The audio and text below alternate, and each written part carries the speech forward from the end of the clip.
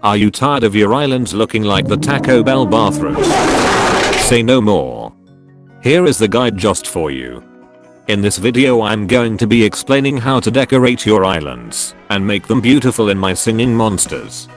I'm going to give you a lot of different tips used by myself as well as stuff I have seen on other players' islands that will make your islands look more crispy. However, before we dive into the specific details on how to decorate, I'm going to start off by giving you some overall principles to have in mind while decorating your islands. It's obviously hard to pinpoint what looks good because everyone has different tastes, but here's some tips to make your island pretty much universally beautiful. To make your island beautiful, it ideally has to be well organized. That means that you don't randomly plop down monsters and decorations in places that don't make any sense. This should really be obvious, but apparently to lots of people it isn't. There are several ways to do this. One very handy way to do so is through symmetry. If you go visit a bunch of top islands, you are going to notice that most of them are symmetrical in some type of way. That means that one side of something is identical to the other. Note that you don't need perfect symmetry to get a positive effect from this. A somewhat vague symmetry does just fine. Take this example for instance.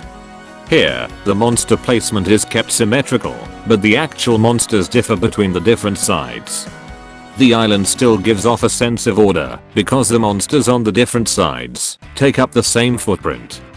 Another way to make your island more organized is through patterns. This means that you repeat one type of motif continuously to create order. One way to do this, which I see a lot of, is through tile pattern designs. There are plenty of different ones you can go for, but I would recommend you to make one of your own. Don't just pick the standard miles per gallon one. Be creative. You can obviously do patterns in other ways than with tile decorations. Monsters, ordinary decorations and even structures also apply to this. An additional way of organizing your island is by simply using the same type of motif extensively. Instead of plopping down infinite amounts of random decorations, your island will feel much more orderly if you limit yourself to a smaller amount of stuff. You can just put all the other decorations in the storage, and as long as you have a unity tree, monsters are going to get increased happiness anyway. This will give you more decorating freedom. Grouping objects that are the same next to each other creates a really nice effect. It makes them appear as one coherent entity instead of separate ones. For an instance, placing monsters of the same type next to each other creates a really cool effect where their animations are synced together. This is extremely satisfying to look at.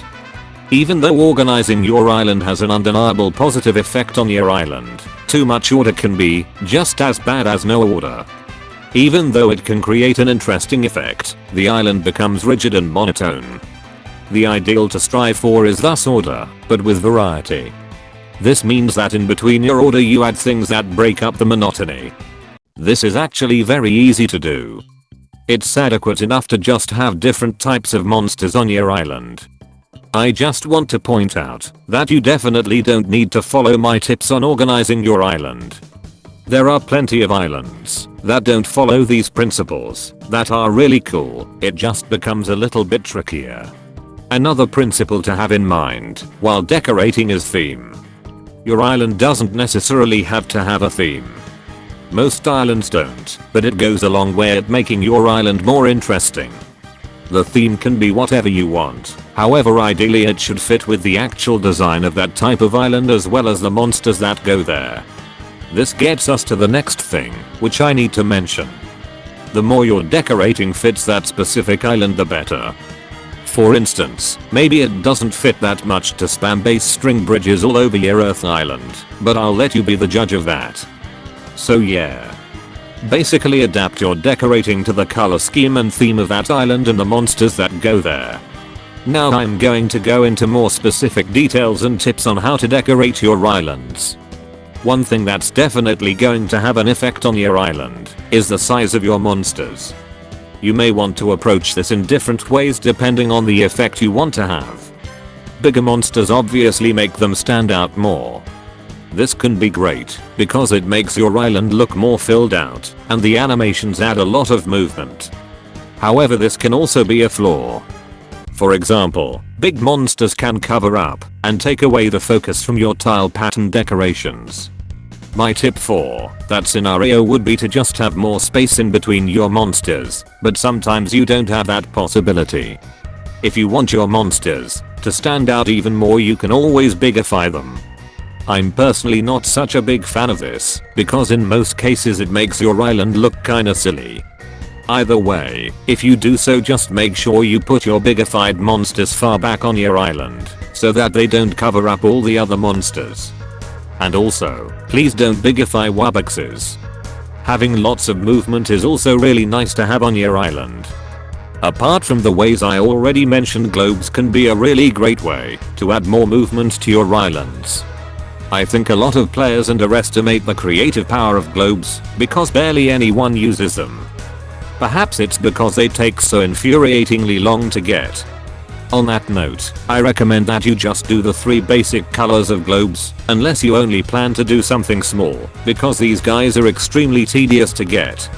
However, you can make some really cool and creative stuff with globes, so please don't overlook them. On the Composer Island you can make even more cool stuff with the globes, because they are timed to the song, and are not limited to 16 stages only, unlike those globes on the other islands which annoyingly restart in the middle of their animations to catch up with the song. The globes on Composer Island also don't take any time to conjure or fuse, so that's no longer a problem. Another tip is to not deem your structures as merely functional. There are plenty of ways you can integrate your structures into your island and make them into decorations. Don't just place your torches, bakeries, mines, and breeding structures on the sides where they are easy to access. Make sure you place them fittingly to the decoration you already have in place. Costumes are yet another way to spice up your islands. Personally, I don't do costumes, but most players do, and it really helps with making your islands look more unique. Just like monster costumes, you can also get island skins. Apart from the practical bonuses that they give you, they can change the theme of your islands entirely, so you could do something very different from what would have normally fitted on that island. Lastly, don't follow any of the tips I gave you in this video. Of course I'm joking, but seriously, the thing that's going to make your island stand out is if it is unique and creative. Don't just blindly follow these tips I gave you, even though they can be very helpful. Just make the island what you personally want it to be.